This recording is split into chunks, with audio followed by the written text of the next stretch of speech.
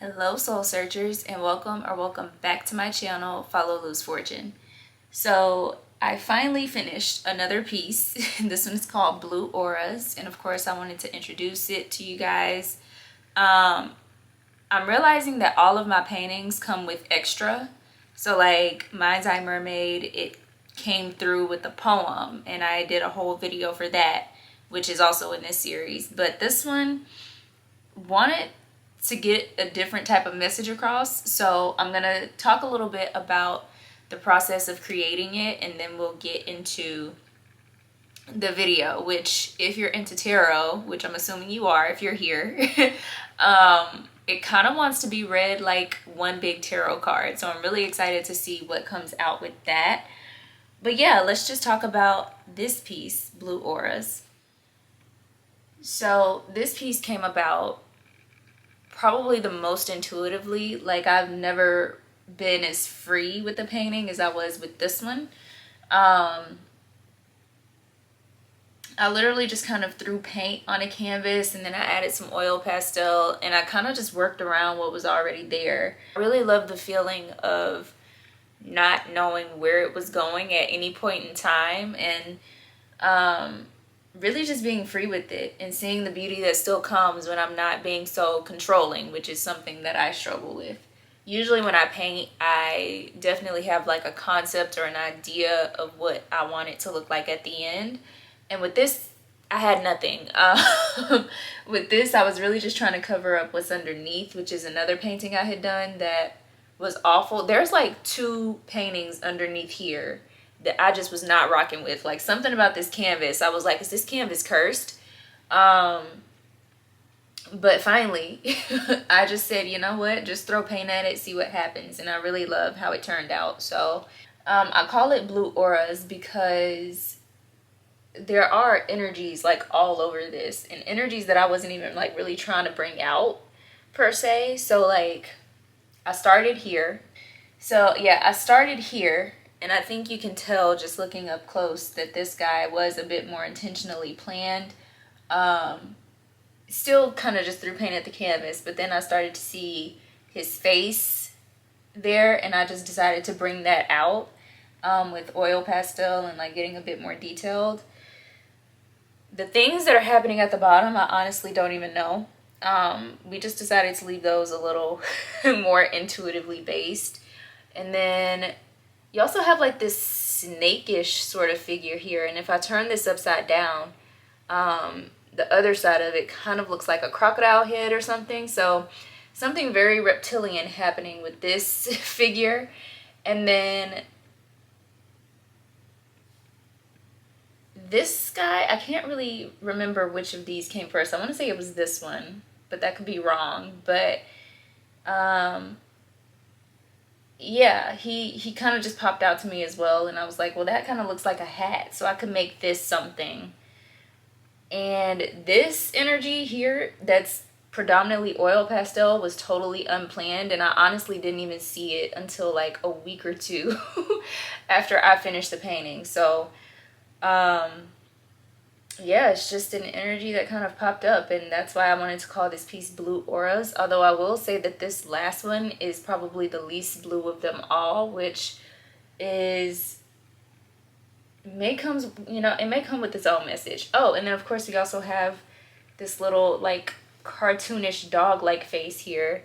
So it's just it's a lot of energies that kind of pop out at me, like a lot of different faces and things that pop out at me on this painting, but for the most part, they're all blue, of course, because that's the main color on the piece. So that's why we call it Blue Auras. And I guess I've talked a lot about the process of making it. So now let's just get into the messages from the painting. And so I'm also kind of getting strength card vibes. Again, if you're familiar with tarot, it's like the difference between the civilized side and the primal side. You know, instead of us having to talk about heaven and hell, because that's so polarizing. And again, I feel like this isn't actually that clear. It's almost a sense of like civilization and humanity and society, you know, the things that we're told to be over here versus the primal side over here. And the primal side is a lot more connected in an interesting way. It's like one thing flowing into another, hence the waves here. Like, yes, this is a serpent type of figure, but you could also see it as like different universes kind of pouring into each other. Or different energies just connecting. I forgot to mention the little guy down here. Hold on, let me zoom him in so you can see. Yeah, but this kind of looks like a dog to me. Obviously, it would be like a cartoonish type of dog, but it's giving dog. So again, this whole side is just dealing with animals, it seems. Finally, we come to this mysterious figure in the middle who is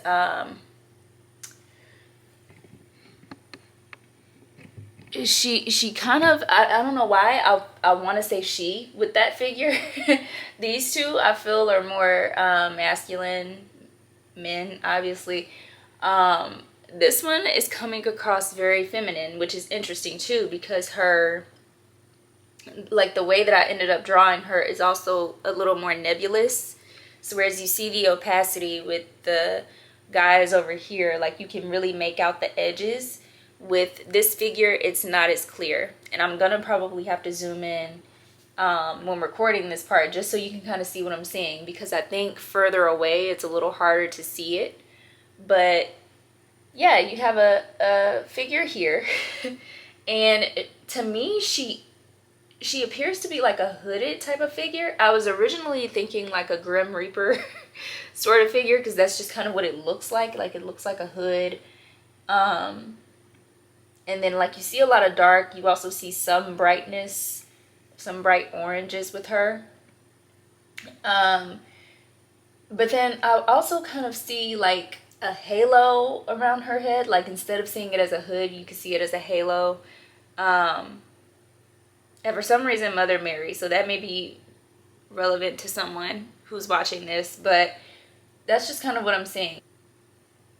Yeah, she's really interesting though, because she has the streaks of orange as well, unlike the two guys to the right. Although, I will say, the guy right here with the pointed hat, he does have the flames as shoes. And so he has some orange as well, but it's almost something about the way that things are being interpreted on the right half, the civilized side. And the way that this primal energy gets interpreted and released and manifested out. There's a sense that this mysterious feminine energy in the middle kind of has a better grasp on all of it. She has a better grasp on integrating the primal aspects with the civilized aspects. And it's almost like she's able to do it and master it very well because she's not as visible. Meaning, and that can mean a couple different things. Maybe she is a figure that's more hidden to the shadows, like you really don't see her. I even said at the beginning, like she's a little harder to make out. So it could be that, but it could also just be that she's not as visible in the sense of having those hard edges. She's not as set in her ways, in a sense. Like I'm kind of getting high priestess energy, like being able to just being able to kind of sit in the different energies and flow with them and allow them to inform, instead of just assuming that you have to be one way all the time. Somehow this middle figure, even though she was like the last one that I drew / painted, and she isn't even the most clear, she comes across as being the most masterful at dealing with all of the energy on this canvas. She kind of is sitting right in the middle and integrating both sides fairly well. And there's also not a sense of like making the primal side subservient, because that's another way that I'm kind of interpreting this pointed hat figure now. Like the fact that his primal side is restricted to his feet, or that the primal energy is restricted to his feet. It's almost a sense of like hierarchy, like yeah, that stays down there. That's something I don't have to see or talk about. It just does its job for me. Because when you think about feet, a lot of us don't really give them the attention they deserve. Like, they carry us through life. But we don't really think about it, right? They just do it. And so it's almost a sense of like hierarchy or lack of appreciation for the primal or something like that that's kind of coming out with this more masculine pointed hat figure. But then, yeah, there's just a sense that this feminine energy has kind of integrated it a bit more.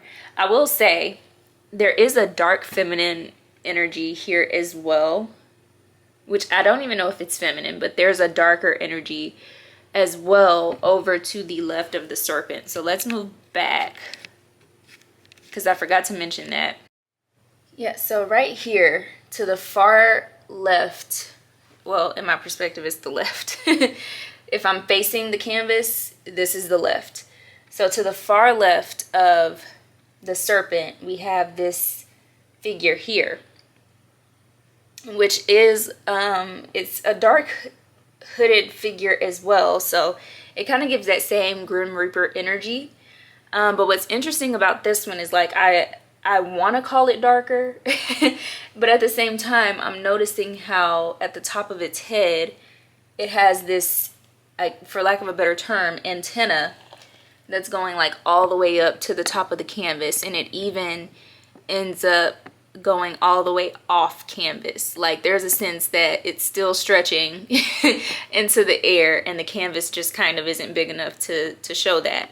So there is a sense here of like, because this kind of comes off as a more feminine energy as well, or a more feminine figure. Obviously it doesn't have to be, like, there's no face, but just thinking about the fact that like maybe this is hair, it could be a hood. In any case, it's a bit more slender, and it's a sense of like the feminine, regardless of where it is, it's able to